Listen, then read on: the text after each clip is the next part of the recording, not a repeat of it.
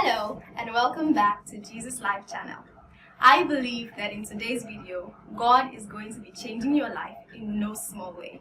So I urge you to stay tuned and be blessed. What you have is nothing except as it makes a difference in another person's life. If what you have does not impact people, it is nothing. If you like, be dressed with diamond, it means nothing.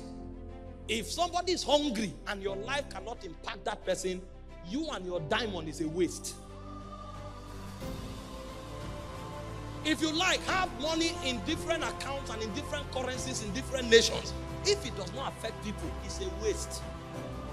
If it does not change people, it's a waste. If you like, be powerful.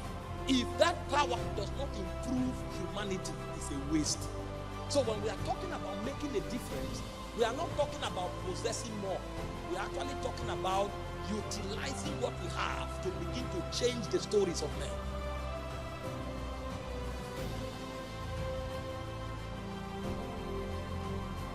To make a difference is to create intervention in the lives of people so that they can come out of their troubles and from their sorrows. And so if you leave this conference and you are not conscious of the poor neighbor you have, it means this conference was a waste. If you like, lie on the floor and roll from one side to the other. If you leave this conference and the people working with you in your company don't feel the impact, it means it was a waste, even if a drum of oil was poured on you in the course of this conference. Because making a difference is to change the lives of people by creating interventions that take them out of their crisis. Sometimes we are too selfish to think about others. Every time we think about change, it's about us. But the reason God left us on earth is to create change in the lives of others. And so the first concept that defines a life that makes a difference is a life that creates intervention in other people's lives. The second concept that defines what makes making a difference is a life that projects values. Values that provoke transformation. Somebody can be poor and I can bring intervention by giving him food. Although I have provided him food, I have not really helped him because he may eat food, but he will still be a sinner. He may eat that food, he may still be a fornicator. He may eat that food and he may still be stealing. And so beyond creating material intervention, a life that makes a difference is a life that projects values. Values that are sufficient in potency to trigger transformation in others. So it goes to mean that when men look at you, they should reorder their lives. If they see the love of God from your life, they should learn to start showing love. If they see purity in your life, they should learn to start living holy. If they see uncompromising stand for truth in your life, they should stop compromising. Because not just because you gave them money or food, but this time around, you are giving them what is more than money and food. You are showing them a character that is superior to what they have. Because a man's value is not in the multitude of the things he possesses. You can change somebody's story from poverty to riches, but that person will still go to hell. You can heal a sick person, but that person will still go to hell.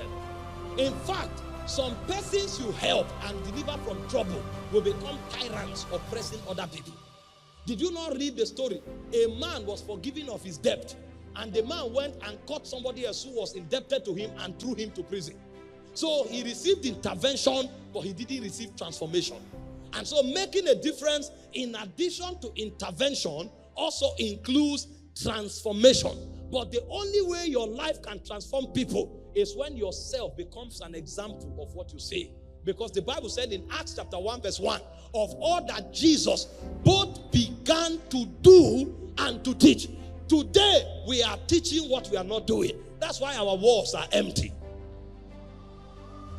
Don't tell anybody about love if you don't know what love is. Don't tell anybody about purity if you don't know what purity is. Don't tell anybody about mercy if yourself is not showing mercy. A thief cannot come preach to somebody else about holy living. And so it begins with character transformation. And that character is pushed into the lives of others. Because people will become who you are, not just what you say. This is why we have many churches, many pastors preaching messages they don't understand. Because the Bible said, thou shalt know the truth shall make you free. A man in captivity cannot deliver others. If I'm sitting on the ground, I can't lift anybody up. I will stand to lift people up. And the symbol of standing is the character of God, that your life can mirror. And so making a difference is about building values and character, and then causing that character to provoke transformation in the lives of others. And so the next time you return to this conference, you are not just returning to this conference with your hands open to receive. You are going to be writing down the people that are transformed because you breathed oxygen for 360 days. And then finally, what it means to provoke a difference is to create structures that brings about sustainability. A man who does not have structures, programs, and systems cannot create change. He cannot make a difference. He may start something that looks good. Time will collapse it. Because it takes a lot of wisdom, strategy to create programs, structures, and systems. See, when God begins a project, in order to immortalize it, he makes it a system. This is why when Jesus was leaving the earth, he didn't give us Peter and Paul. If he gave us Peter and Paul, when they died, the move of God would have ended. He gave us the office of the apostle, the office of the prophet, the office of the evangelist, the office of the pastor and teacher. So when Paul dies, another apostle can rise. When Peter dies, another apostle can rise. If he gave us men, the program would have ended. But in order to immortalize it, he created a structure. He created offices. He created systems. And so anybody who wants to make a difference must come into wisdom, strategy, in order to formulate programs, structures, and systems. Why power engenders intervention? Why value engenders transformation? Structures provoke preservation.